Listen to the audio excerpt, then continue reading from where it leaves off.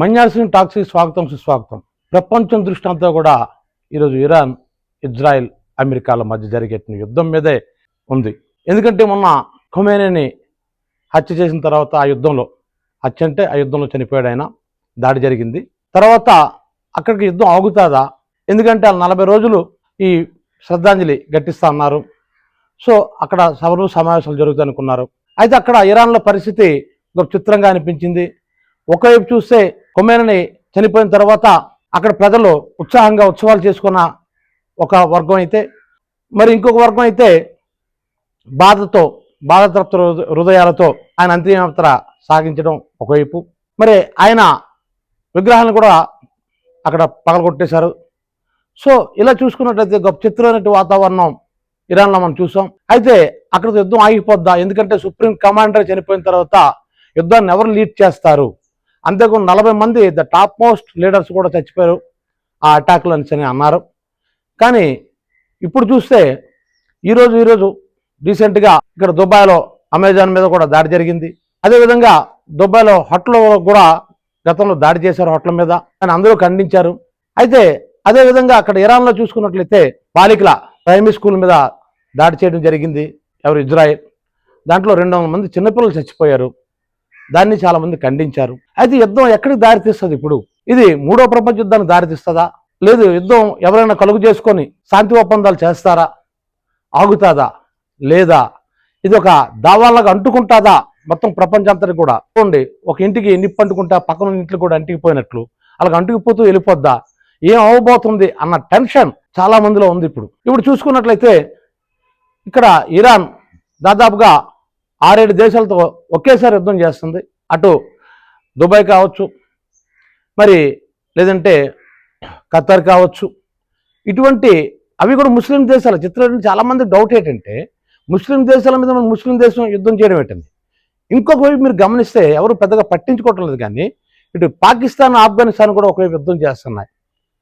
మరి ఈరోజు ఆఫ్ఘనిస్తాన్ మీద పాకిస్తాన్ దాడి చేయడం, పాకిస్తాన్ మీద ఆఫ్ఘనిస్తాన్ దాడి చేయడం కూడా ఒకవైపు జరుగుతుంది. ఒకవైపు ఇది జరుగుతుంది. ఇప్పుడు ఏం జరగబోతుంది? ఒక దేశానికి ఒక దేశానికి అంటుకుంటుందా? ఇటు చూస్తే చైనా, రష్యా నిన్న ఇరాన్ సుప్రీం కమాండర్ని మీరు దాడి చేయటం అంటే హతమార్చడం అనేది ఆ 2 దేశాలు ఖండించాయి. మరి ఈ ఇండియా విషయంకి వచ్చేసరికి భారతదేశం ఎంతవరకు కూడా ఈ విషయం మీద ఒక స్టాండ్ తీసుకున్నట్టుగా లేదు.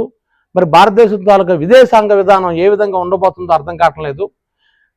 మరి మోడీ గారు ఏ నిర్ణయం తీసుకుంటారో, అటు అమెరికా, ఇజ్రాయెల్ వైపు వెళ్తారా, లేదు ఇటు ఇరాన్ సపోర్ట్ ఉంటారా? ఎందుకంటే ఇరాన్ అనేది మనకి చాలా సంవత్సరాలుగా ఫ్రెండ్లీ కంట్రీ అంటే మిత్రదేశంగానే ఉంది అది. మరి ఇప్పుడు ఎటువైపు వెళ్తాం మనం?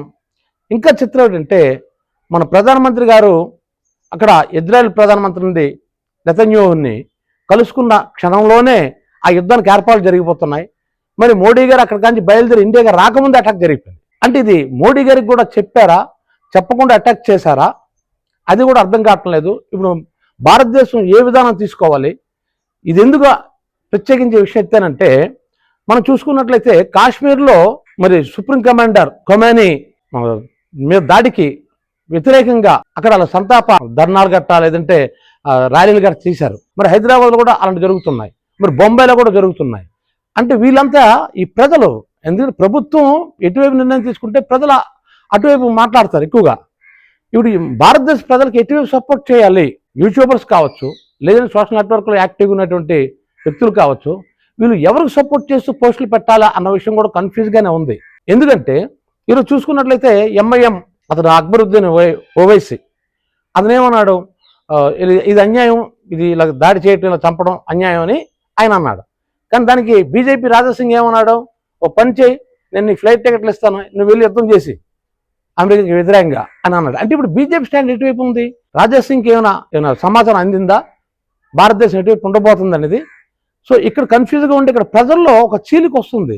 అందుకే ఇమీడియట్లీ భారతదేశ విదేశీ విధానం ఏంటో చెబితే ప్రజలు ఆ విధంగా మౌల్డ్ అవుతారు వాళ్ళ ఆలోచనలు.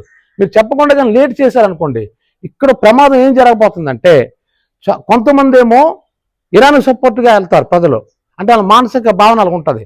కొంతమంది ఏమో అమెరికా, ఇజ్రాయెల్కి సపోర్ట్గా ఉంటారు. సో ఇక్కడ చీలికి రావడానికి, మన దేశంలో చీలికి రావడానికి కూడా అవకాశం ఉంది. కాబట్టి ఇమీడియట్లీ భారతదేశ గవర్నమెంట్ ఖచ్చితంగా ఏ విధానం మనం తీసుకోబోతున్నాం అన్న విషయాన్ని ప్రజలకు చెప్తే చాలా మంచిది.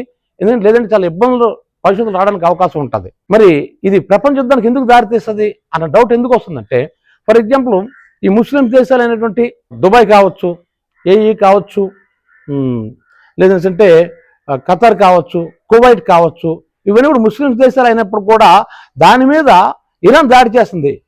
మరి ముస్లిం దేశాల మధ్య పట్టం లేదా? అవి ఎందుకు కొట్టుకుంటున్నాయి అంటే తిరిగి అవే ఇంకా రిప్లై ఇవ్వలేదు ఇంకా. కానీ ఈరోజు చూసుకున్న దుబాయ్ మీద కూడా దాడి జరిగింది, ఇరాన్ దాడి చేసింది. సో ఇది ఎక్కడ దాడి తీయబోతుంది? ఎందుకు దాడి చేసింది అంటే, అక్కడ ముఖ్యంగా దుబాయ్ మీద ఎందుకు దాడి చేసిందంటే దానికి మెయిన్ రీజన్ ఏంటంటే, అమెరికాకి ఇప్పుడు చెప్పేటువంటి దేశాలు ఒక 6-7 దేశాలు ఏం చేశారంటే అక్కడ అమెరికా స్థావరాలకి అక్కడ ప్లేస్ ఇచ్చాయి. ఎయిర్ బేస్ను కూడా వాడుకోమని చెప్పింది. అలా బ్రిటన్ కూడా ఎయిర్ బే ఇస్తానంటుంది ఇప్పుడు అమెరికాకి. సో ఒరిజినల్గా ఏంటంటే అమెరికాకి ఇరాన్కి మధ్య దాదాపు 10,000 కిలోమీటర్ల దూరం ఉంది. డైరెక్ట్ అటాక్లు అనేది చాలా కష్టం. అందుకోసం అమెరికా ఏం చేస్తుందంటే ఈ పక్కనున్న దేశాలకి తాలూకా ఎయిర్ బేలను ఉపయోగించుకుంటుంది, అక్కడ స్థావరాలు ఏర్పాటు చేస్తుంది. కాబట్టి మరి పక్కనున్న దేశం అమెరికాకు సపోర్ట్గా అక్కడ ప్లేస్ ఇచ్చినప్పుడు ఆటోమేటిక్ ఇరాన్కి అది శత్రు దేశం అవుతుంది కదా. అందుకు ఇరాన్ ఈ దేశంలో దాడి చేస్తుంది, అది రీజన్. అంతేకాకుండా దుబాయ్ మీద ఎక్కువ కాన్సన్ట్రేషన్ ఎందుకు చేసిందంటే, దుబాయ్లో అమెరికా ఎయిర్ బేస్లు సైనిక స్థావరాలు కాదు, దానికి మించి ఒకటి ఉంది. అదేంటంటే ట్రంప్ తాలూకు మేనల్లుడికి దుబాయ్లో కంపెనీలు ఉన్నాయి, చాలా వ్యాపారాలు ఉన్నాయి. సో అందుకోసం ట్రంప్ను వ్యక్తిగతంగా ఆర్థికంగా దెబ్బ కొట్టడం కోసం అది దుబాయ్ మీద దాడి చేస్తుంది. సో ఇక్కడ ఏ దేశమైనా సరే, అంటే ఇటు అమెరికా కావచ్చు, అటు ఇరాన్ కావచ్చు, ఇవి ఖచ్చితంగా పాటించవలసిన కొన్ని అంశాలు ఉన్నాయి. పౌరుల మీద దాడులు చేయకండి, అది కనీస ధర్మం. అది పౌరుల మీద ఎప్పుడూ దాడి చేయకూడదు. చూడండి, అటు ఇరాన్ ఏమో దుబాయ్లో హోటల్ మీద దాడి చేసింది, అక్కడ అమాయకులు చనిపోతారు. మరి అదేవిధంగా స్కూల్ పిల్లల మీద దాడి చేసింది ఇజ్రాయిల్. సో ఇక్కడ అమాయకులు చిన్నపిల్లలు చచ్చిపోతారు. సో ఇలాంటి పౌరుల మీద దాడి చేయకుండా, కొన్ని స్థావరాల మీద దాడి చేసుకుంటే అది వేరే సంగతి, కానీ పౌరుల మీద దాడి చేయకుండా ఉంటే చాలా మంచిది. ఒకవేళ అలా దాడి జరిగితే ఆటోమేటిక్గా ఏ దేశం పౌరులు కానీ చనిపోతే ఆ దేశంలో కోపం వస్తుంది. ఏ దేశం అయితే అటాక్ చేస్తారో ఆ దేశం మీద పగ తీర్చుకోవాలని అనుకుంటారు. సో అది ఇంకా ప్రపంచంలో దావానంగా అది వ్యాపించడానికి అవకాశం ఉంటుంది. సో అటువంటి పనులు చేయకండి, పౌరులను రెచ్చగొట్టకండి. ఇంకోటి ఏంటంటే, ఇప్పుడు రష్యా, చైనా, ఇరాన్ వైపు ఉంటే బ్రిటన్ కావచ్చు, కెనడా కావచ్చు, కొన్ని దేశాలు ఆటోమేటిక్గా కొన్ని ముస్లిం దేశాలు కూడా, ఈవెన్ పాకిస్తాన్ కూడా అమెరికా వైపు వస్తుంది. ఎందుకంటే అమెరికా పాకిస్తాన్ మధ్య మంచి రిలేషన్స్ ఉన్నాయి కాబట్టి. మరి అప్పుడు భారతదేశం ఎటువైపు వెళ్ళాలి? పాకిస్తాన్ సపోర్ట్ చేస్తున్నటువంటి అమెరికా వైపు వెళ్ళాలా, లేదు పాత మిత్రుడైనటువంటి ఇరాన్ వైపు వెళ్ళాలా అన్న సంశయం వస్తుంది. బహుశా అది తేల్చుకోవడం మోడీకి కష్టంగా ఉందేమో, అందుకే మనం విదేశీ విధానం ఇంకా పైన పెట్టలేదు. ఇలా ఎప్పుడైతే అమెరికా, చైనా ఎంటర్ అవుతాయో ఆటోమేటిక్గా ఫ్రాన్స్ కావచ్చు, జర్మనీ కావచ్చు, ఇవన్నీ కూడా విడిపోవడానికి ఇటు కొన్ని దేశాలు అటు కొన్ని దేశాలు సపోర్ట్ చేసుకోవడానికి అవకాశం ఉంటుంది. అప్పుడు ఆటోమేటిక్గా ప్రపంచ యుద్ధాన్ని రావడానికి అవకాశం ఉంటుంది. కాబట్టి ఇటువంటి సందర్భంలో ఖచ్చితంగా చర్చలు జరగాలి, శాంతి ఒప్పందాలు జరగాలి. ఆ మాట మోడీ గారు అన్నారు. కానీ ఆ మోడీ గారు ముందు నుంచి ఆ కృషి చేసి ఉంటే బాగుండేది. మన దేశం అక్కడ సుప్రీం కమాండర్ చనిపోవడంతో అక్కడ ప్రాబ్లం వచ్చింది. సో ఇప్పటికైనా మించిపోయింది లేదు. ఇంకా చైనా లాంటి, రష్యా లాంటి పెద్ద అగ్రదేశాలు అవి ఏదో ఒకవైపు కాయకుండా 2 దేశాలతో సంప్రదింపులు జరిపి ఇది 3వ ప్రపంచ యుద్ధంలోకి వెళ్లకుండా ఆపితే చాలా మంచిది. లేదంటే చాలా ప్రాణ నష్టం కావచ్చు, ధన నష్టం కావచ్చు, భవిష్యత్తులో కొన్ని తరాలు చాలా ఇబ్బందులు పడడానికి అవకాశం ఉంటుంది. కాబట్టి ఖచ్చితంగా ఈ ప్రపంచ శాంతి దూతలు కావచ్చు, అగ్రరాజ్యాల అధినేతలు కావచ్చు, ఈ అగ్రరాజ్యాన్ని అంటే అమెరికాని, ముఖ్యంగా అమెరికాని ఒప్పించడం మంచిది. ఈ వీడియో మీకు నచ్చినట్లయితే మంజాసింగ్ టాక్స్కి లైక్ చేయండి, షేర్ చేయండి, సబ్స్క్రైబ్ చేయండి.